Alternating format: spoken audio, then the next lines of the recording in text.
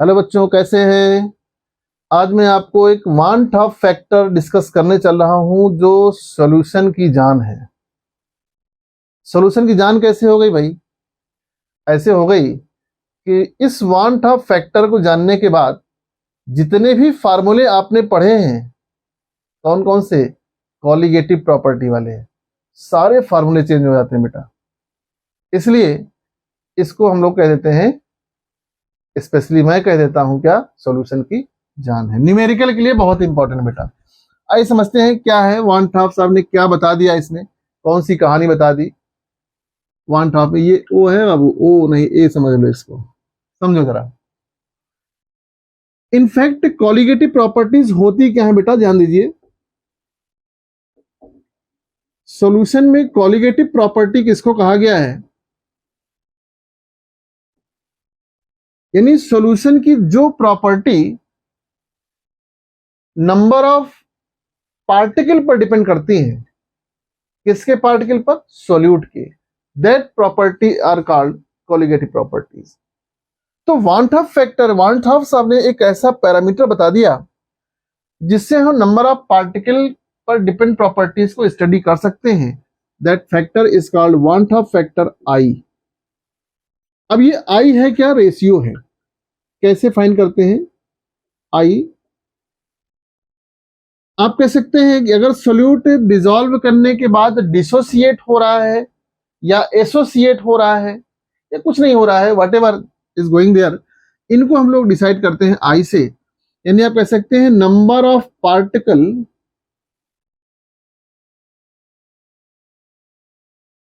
After dissociation,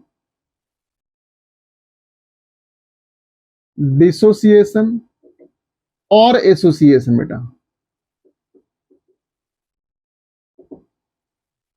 divide by number of particle before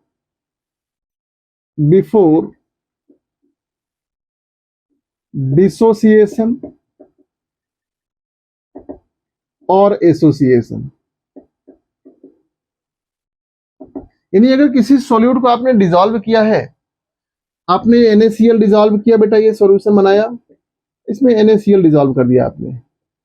तो NaCl जब dissolve किया बेटा, NaCl डिसॉल्व किया तो NaCl बेटा डिसोसिएट होगा किसमें? Na पॉजिटिव में और Cl नेगेटिव में। तो अगर हम कहते हैं number of particle after dissolution, dissociate हो रहा है, ये दो पार्टिकल हो गए, पहले वन पार्टिकल था, तो आई की वैल्यू क्या हो जाएगी? 2/1 number of particle in solution, यानी आफ्टर डिसोसिएशन, और divide by before dissociation. Number of particle का रेशियो होता है बेटा ये क्या, वन टॉप फैक्टर आई। या आप कह सकते हैं आई को टर्म में क्या, experimental values of colligative properties, experimental values of colligative properties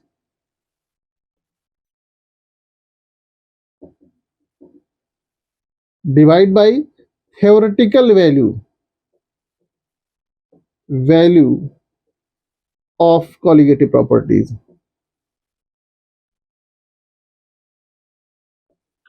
अगर आपको कॉलिगेटिव प्रॉपर्टीज दी गई हैं तो उनकी एक्सपेरिमेंटल वैल्यू और थियोरेटिकल वैल्यू का रेशियो बना लेंगे तो वो आई की वैल्यू आ जाएगी। या अगर आप कह सकते हैं आई मोलर मास के टर्म में, तो कहा जाता है नॉर्मल मोलर मास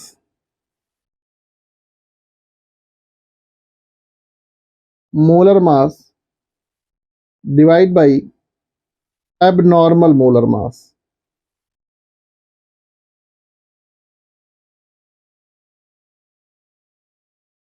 तो किसी भी टर्म में आप नॉर्मल मोलर मास और एबनॉर्मल मोलर मास या कॉलिगेटिव प्रॉपर्टीज में experimental value of colligative properties, theoretical value of colligative properties या नंबर ऑफ पार्टिकल डिसोसिएशन और association in solution divide by number of particle before dissociation, तो इनके ratio को हम लोग बोल देते हैं क्या, वन टॉप फैक्टर। ये जानना बहुत जरूरी है क्योंकि फार्मूले सारे चेंज हो जाते हैं बेटा। क्या होता है फार्मूला? कॉलिगेटिव प्रॉपर्टीज, जो प्रॉपर्टीज नंबर ऑफ पार्टिकल पर डिपेंड करती हैं सॉल्यूशन की, कौन कौन सी प्रॉपर्टीज है ये? Relative lowering of vapour pressure, पहली प्रॉपर्टी, जिसमें हम लोग लिखते हैं फार्मूला, क्या लिखते हैं? P naught minus P S upon P naught is equal to mole fraction of solute, ये लिखा हुआ है फार्मूला। तो यहां पर लग जाता है बेटा आई एक्स ऑफ सोल्यूट। दूसरी प्रॉपर्टी हम लोग लिखते हैं एलिवेशन इन बॉइलिंग पॉइंट, यानी delta T B, B stands for boiling बेटा, that is equal to K B हम पढ़ते हैं हम लोग, K B molar elevation constant, M molality, M is what? Molality of solution. तो इसमें चेंज हो जाता है, क्या लग जाएगा? आई, यानी जो प्रॉपर्टी नंबर ऑफ पार्टिकल पर डिपेंड हो रही है। अगर आप depression in freezing point delta T F बन जाएगा आई के एफ एम, राइट। आप लिखते हैं बेटा osmotic pressure pi equal to i C S T या आर टी लिख सकते हैं आप। तो दीज आर द आई, जो इन सारी प्रॉपर्टीज को, these properties are called colligative properties, which one? Relative lowering of vapor pressure, elevation in boiling point, depression in freezing point और osmotic pressure, क्योंकि ये सारी प्रॉपर्टीज किस पर डिपेंड कर रही हैं? Number of particle of solute, that's why they are called colligative properties. और इन सारी प्रॉपर्टीज को अफेक्ट कर रहा है कौन? वान टॉप फैक्टर आई। इसलिए बेटा हमको वान टॉप फैक्टर जानना बहुत जरूरी होता है। आई देखते हैं हम लोग कैसे कैलकुलेट करते हैं इसके आई की value for different solute, right. देखिए समझिए जरा, मान लीजिए पार्टिकल में डिसोसिएशन हो रहा है बेटा, तो डिसोसिएशन हो रहा है तो क्या होगा? हमको नंबर ऑफ पार्टिकल चाहिए सॉल्यूशन में। ए बी टाइप का कोई पार्टिकल है, और अगर ये डिसोसिएट हो रहा है बेटा ए बी, तो किसमें डिसोसिएट होगा? ए पॉजिटिव में और बी नेगेटिव में। क्लियर? तो number of particle before dissociation 1 था, यहां पर तो 0 रहा होगा। लेकिन अगर इसमें डिसोसिएशन हो जाता है अल्फा का, अल्फा पार्टिकल यहां से डिसोसिएट हो जाते हैं बेटा, तो बचा कितना इसमें? अल्फा, 1 माइनस अल्फा हो जाएगा। ये कितना बन जाएगा? Alpha and alpha. तो ये बेटा है इन सॉल्यूशन, इन सॉल्यूशन, यानी सॉल्यूशन में नंबर ऑफ पार्टिकल है, ये नंबर ऑफ पार्टिकल। तो नंबर ऑफ पार्टिकल कितने हो गए बेटा? 1 minus alpha plus alpha plus alpha, these are the number of particle in solution, और यही वैल्यू होती है आई की। तो ये देखिए कट गया, यानी ऐसी कंडीशन में आई की वैल्यू आ जाती है बेटा 1 प्लस अल्फा। अगर उसमें ए बी टाइप का पार्टिकल है और डिसोसिएट हो रहा है, तो आई की वैल्यू हो जाती है 1 प्लस अल्फा। क्लियर? जैसे आपने कह दिया साहब NaCl है, KCl है, CuSO4 है, these are A B type particle. अगर इनका सॉल्यूशन बनाया गया बेटा, तो ये सॉल्यूशन में जाएंगे, आई है वान टॉप फैक्टर, अल्फा है डिसोसिएशन, यानी आप कह सकते हैं डिग्री ऑफ डिसोसिएशन और डिग्री ऑफ एसोसिएशन। अगर वो पार्टिकल एसोसिएट हो रहा है, उसके लिए क्या बनेगा फार्मूला? आइए देखते हैं, पहले डिसोसिएशन देखते हैं फिर एसोसिएशन बात करें बेटा। मान लीजिए पार्टिकल AB2 टाइप का है और वो डिसोसिएट हो रहा है, कैसे होगा? आइए देखते हैं। See here, AB2 type particles, आपने कह दिया साहब AB2 टाइप, ये डिसोसिएट होगा बेटा, AB2 है, डिसोसिएट हो रहा है, A2 पॉजिटिव बन जाएगा प्लस 2B नेगेटिव बन जाएगा, राइट। अगर हम बिफोर डिसोसिएशन की बात करते हैं, ये 1 है, ये 0 है, ये 0 है, ये हो गया number of particle, number of particle before dissociation. और अगर आपसे कह देंगे number of particle after dissociation,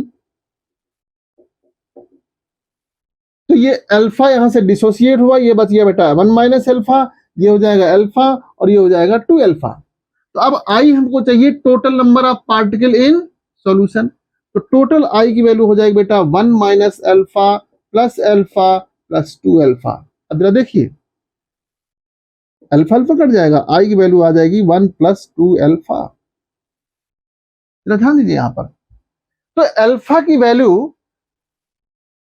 value आपको निकालना है। तो या तो हर एग्जाम्पल में आप इस तरह से डिसोसिएट करके देखो, उसमें अल्फा निकालो और आई की वैल्यू निकालो, फिर टोटल सम करो, माइनस करो।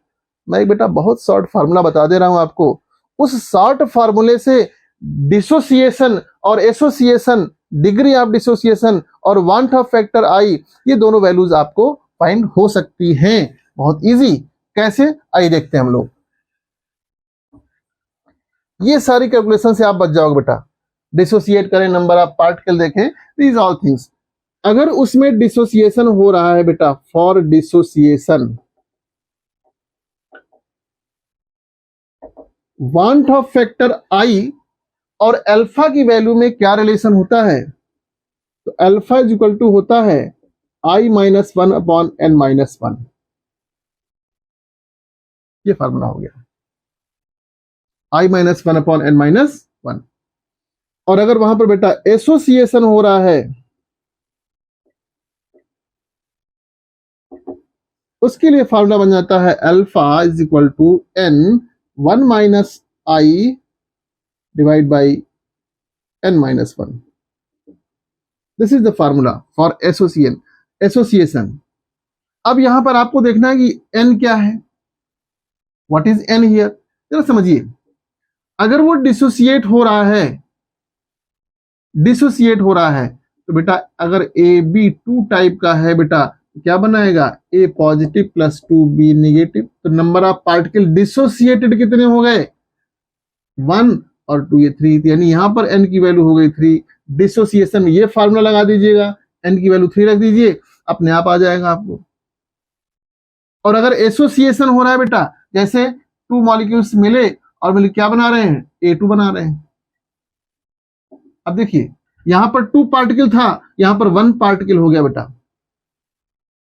यह 2 पार्टिकल और यहां पर 1 पार्टिकल। तो number of particle after dissociation, after association 1, आई की वैल्यू बता रहा हूं मैं। Number of particle after association 1 और number of particle before association 2। तो बेटा आई की वैल्यू हो गई 1/2 यानी 0.5।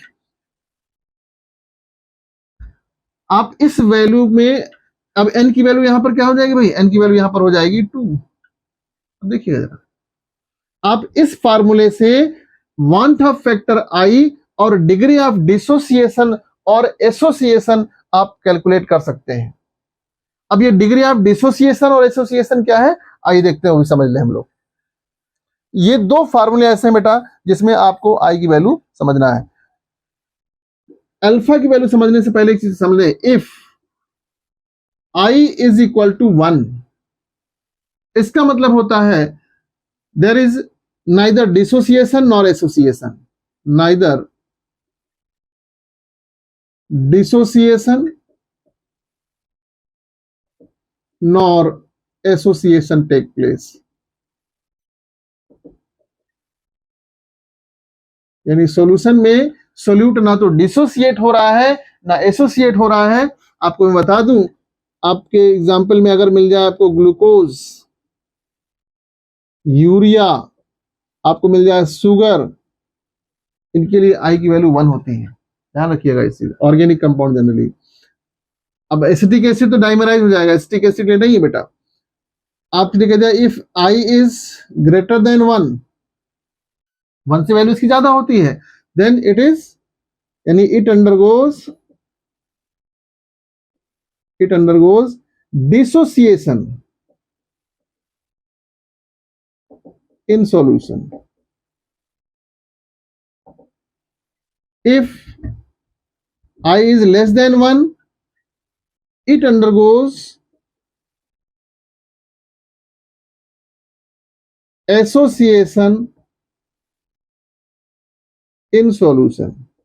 यानी सॉल्यूशन में जब सॉल्यूट को डिसॉल्व किया जाएगा तो वहां पर उस पर एसोसिएशन हो जाएगा। So on the basis of I you can determine whether dissociation, association or nothing is take place in solution.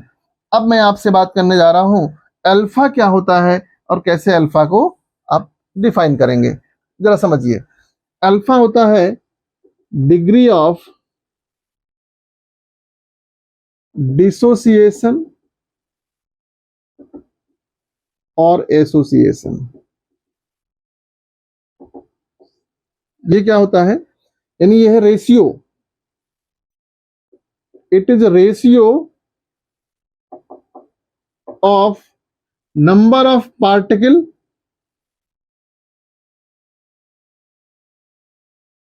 Dissociated और एसोसिएटेड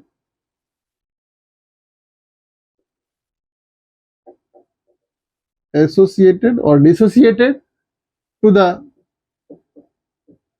total number of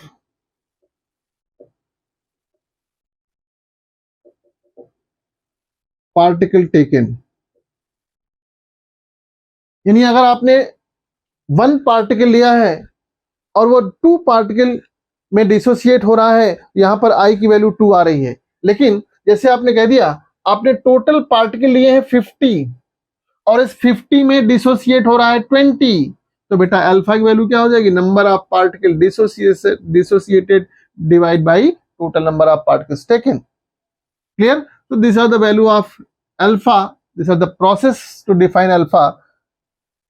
और इस फार्मूले से आप degree of dissociation, van't Hoff factor I, इनको calculate कर सकते हैं और इनको कैलकुलेट करने के बाद जो कोलिगेटिव प्रॉपर्टी से रिलेटेड फार्मूले हैं सॉल्यूशन में वो सब चेंज हो जाएंगे। कैसे? P naught minus P S upon P naught is equal to I x of solute, relative lowering of vapour pressure, ये बता चुका हूं मैं।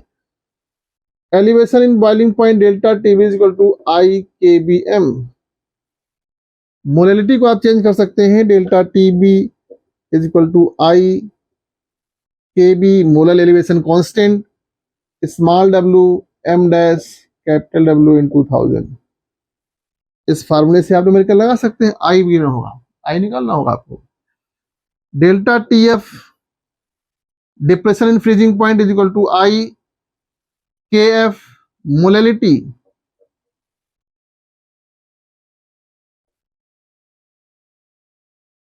यहां बेटा जो स्मॉल डब्ल्यू है, this small W is weight of solute. समझिए जरा, इन दोनों फार्मूले बेटा, दोनों फार्मूले सेम है, यहां पर के भी है, यहां के एफ है। So small W is weight of solute, M dash जहां लिखा है this is molecular mass of solute, molecular mass of solute. Capital W लिखा है बेटा this is weight of solvent. Delta TB जो, या केबी कह सकते हैं आप, KB molal elevation constant, molal elevation constant बेटा। KF is molal depression constant. इनकी डिटेल वैल्यूज आप देखेंगे तो चाहे वो एलिवेशन बॉइलिंग पॉइंट हो, डिप्रेशन फ्रीजिंग पॉइंट हो, इनके लिंक्स इस वीडियो डिस्क्रिप्शन में गिवन है, आप वहां से इसको वीडियो की डिटेल देख सकते हैं कि केबी क्या है, केएफ क्या है, कैसे उसको डिफाइन कर सकते हैं, राइट। तो डेल्टा टीबी क्या है, elevation in boiling point, delta TF depression in freezing point. Now the next one is osmotic pressure, pi is equal to होता है आई सी एस टी, या कहीं के पर आई सी आर टी भी लिखा होता है। आर इज सॉल्यूशन कांस्टेंट, यहां पर मैंने उसको एस से रिप्रेजेंट कर दिया है। C is concentration, pi is osmotic pressure. Clear? So these are the different formula जो वांट हैव फैक्टर पढ़ने के बाद ये फार्मूले चेंज हो गए हैं। क्लियर? इस फार्मूले से आप न्यूमेरिकल सॉल्व करेंगे।